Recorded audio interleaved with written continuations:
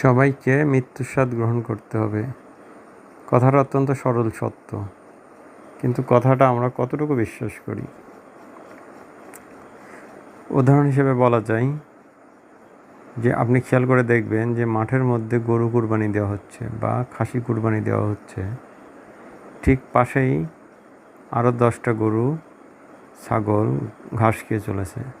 তাদের ভিতরে তারা জাস্ট এক পলক দেখে কি হচ্ছে। হয়তো জবাই করা গরু বা ছাগলটি চিৎকার দিয়ে উঠল, মৃত্যুর গোঙানি, সে জাস্ট একটু কানটা খাড়া করলো, চোখ এক পলক দেখে সে আবার আপন মনে তার খাবার খেয়ে চলেছে। আমি এই বিষয়টি মানব চরিত্রে একইভাবে লক্ষ্য করি। কি অদ্ভুত মিল!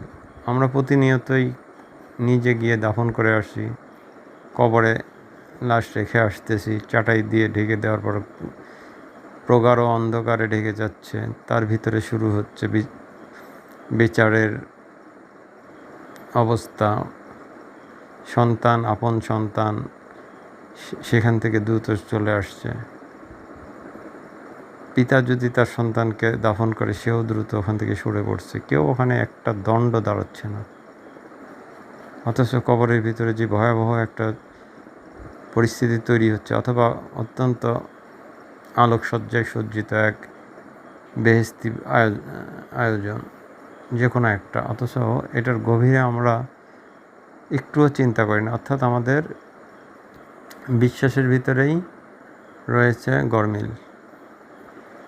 বলা হচ্ছে যে একজন মুসলিম মুনাফেক হয়, কিন্তু এখন কাফেররা কখনো মুনাফেক হয় না। অর্থাৎ আমরা যে মুসলমান,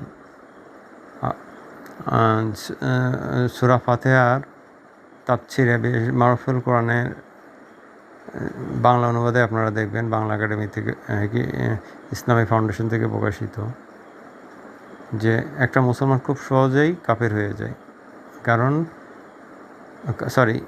মুনাফেক হয়ে যায়। কারণ একজন মুনাফেক আর একজন মুসলিম অত্যন্ত নিকটবর্তী। হযরত ওমর যখন মৃত্যুশয্যায়, তখনও তিনি বারবার খুবই উদ্বিগ্ন ছিলেন যে মুনাফেকের খাতায় তার নামটা আছে কি নাই। যদি মুনাফেকের খাতায় তার নামটা লেখা হয়ে যায়, তার জীবনটা বরবাদ। আর এই মুনাফেক আর মুসলমানের ভিতরে পার্থক্য হলো বিশ্বাসের প্রগাঢ়তা, অন্তরে গভীরভাবে বিশ্বাস করা। তাই যদি হতো, তাহলে আমরা মৃত্যুকে গভীরভাবে বিশ্বাস করতাম।